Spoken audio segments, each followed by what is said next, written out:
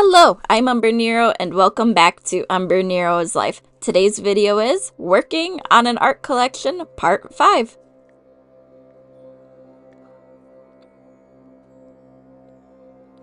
We are up to Part 5 of this Working on My Art Collections series, and this is the second half of the Chaos in the Dark section.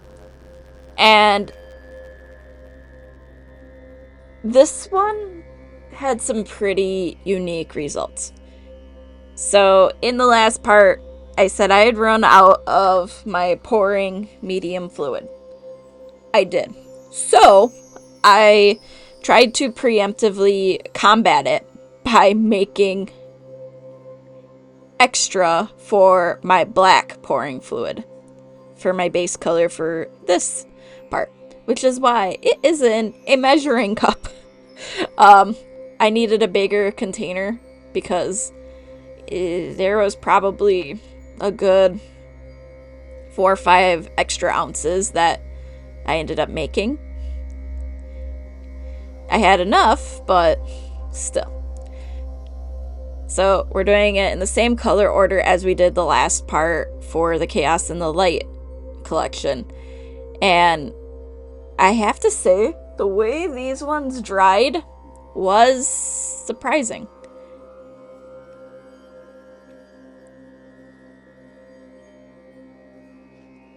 But they turned out kind of neat. That's for sure.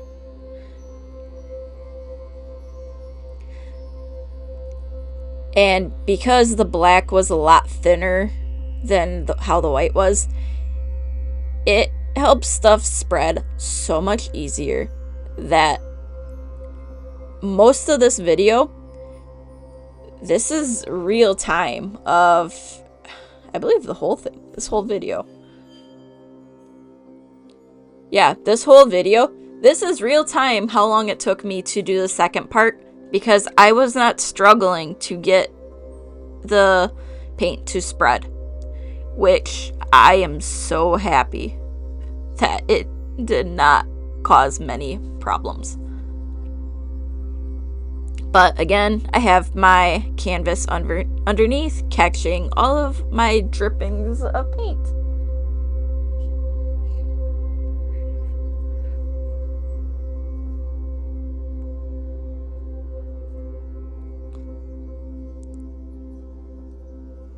So I was trying to be very careful about making sure hands were mostly clean in between each layer, so that way I didn't accidentally get another color onto a canvas that it shouldn't go on, because that was a fear of mine.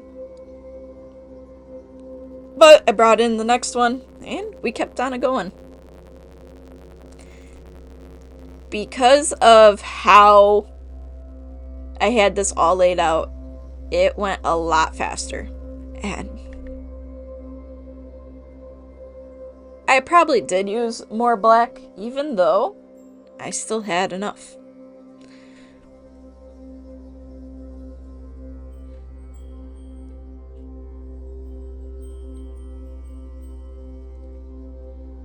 Like when the paint is wet and this vibrant, you really wonder how is it going to look once it finally dries all the way through, because black is a powerful paint color because it will eat up a lot of the light that it's with.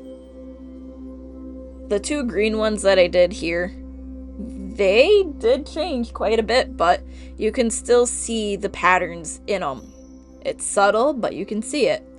And you'll actually get to see, like I said in the last part, all of the paintings in this collection in, I think, part 7 will be this one. Part 6 will be the Chaos in the Light. But I have finishing touches I have to do for both collections, and I can't do them until everything is fully dry and all of that. So I gotta give it some time to dry out. But the way this one started swirling, I was like, I'm leaving it. I'm not going to fight with it. We're letting things happen as they happen because I'm an agent of chaos some days, and I definitely was being chaotic on this day. Because I tried to do this very quickly before going to do something else, and it worked. So we are up to the blue.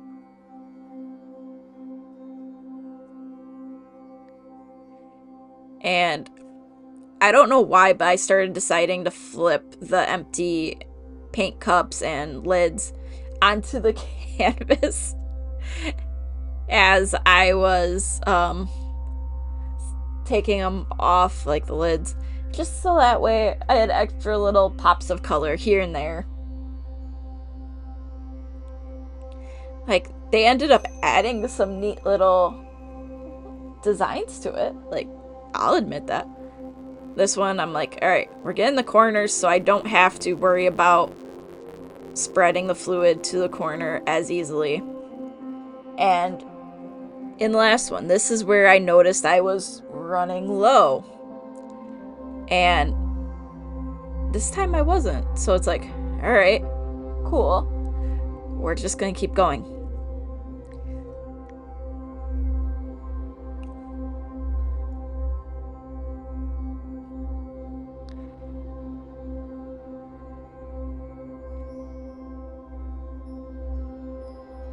Like, I like the fact I didn't have to shake this canvas really at all to get it to go where I wanted it.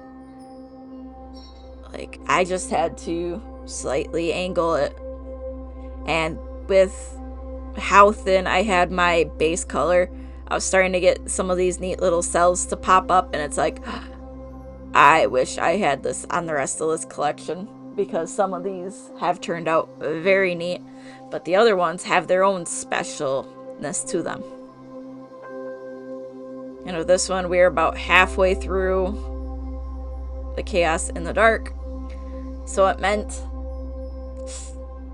3 more to do.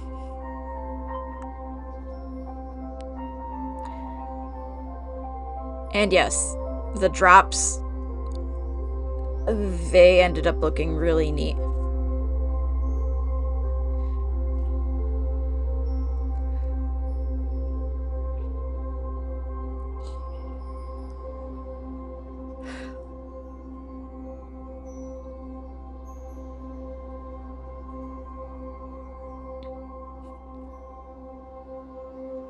So next color was going to be the purple. And this is another one that I really like because it turned out very neat. Very unique as well. And yes, I'll say it took me longer to get my hands clean from this than it took to actually do all of these pours.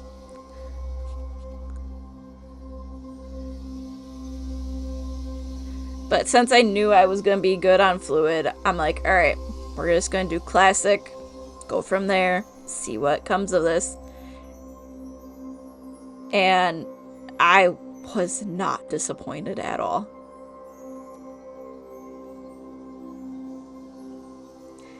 I let the chaos reign and just went for it.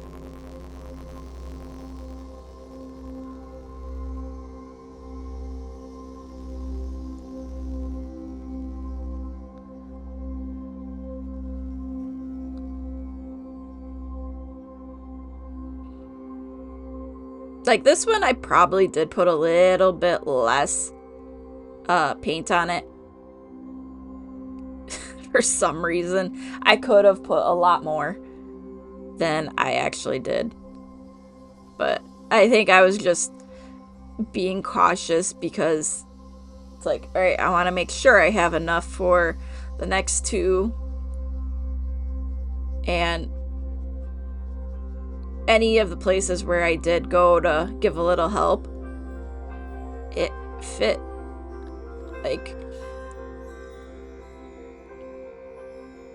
it blended in pretty well and kind of gave a little bit more uniqueness to it.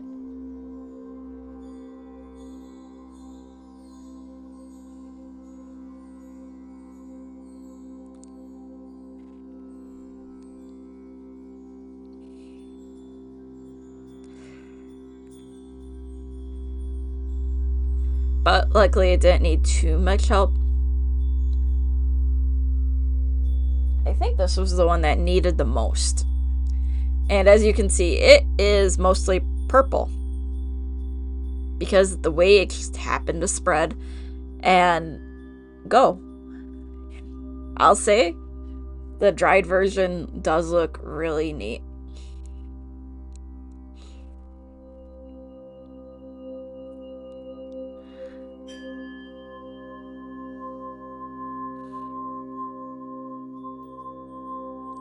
But all of those little drips, they just looked so nice as I was doing this. It's like, ooh, I like these drips a lot. I don't want to give myself ideas here. So we're up to our last color before white. And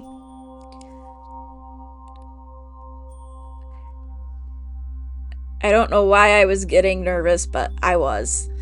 I wanted to make sure there was enough for the last two, and I got here and I'm like, is there enough? I think there is. So I was really playing it safe, and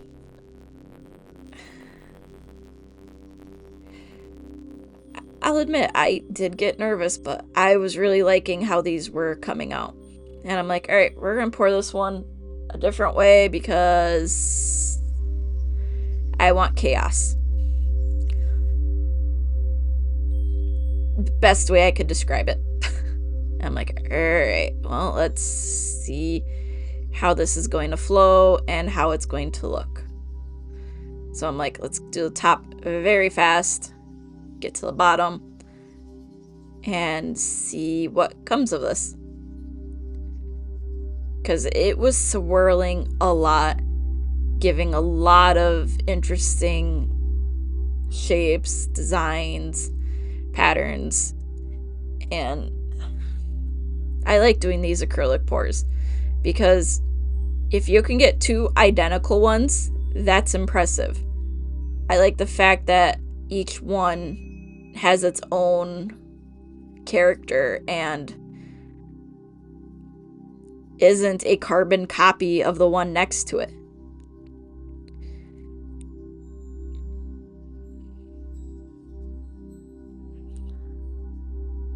Like, this one was very, very fast, very, very straightforward in getting it done.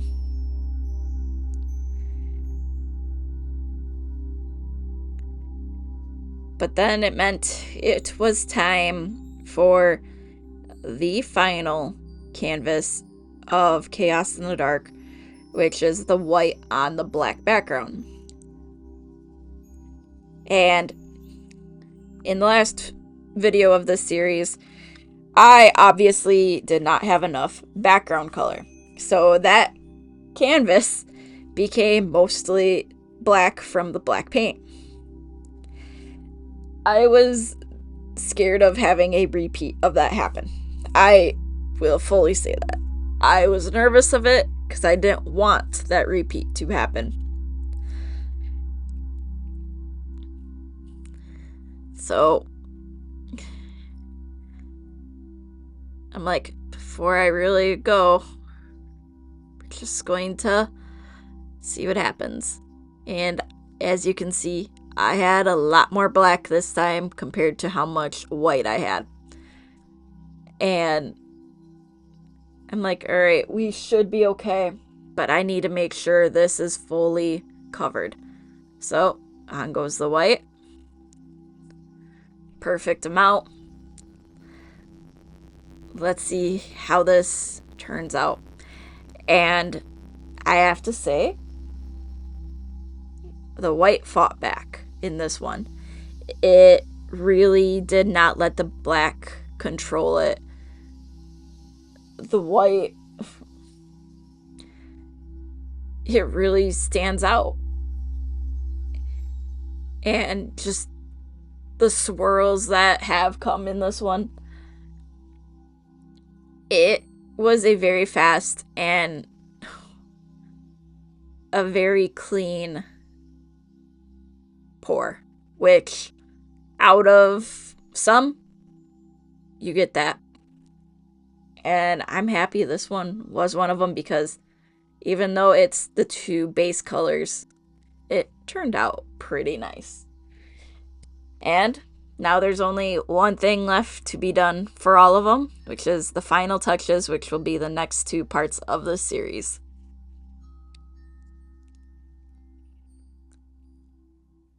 And also, I did like how this dried, so maybe I'll show that off when I show the next couple parts, because this is very, very chaotic and fun.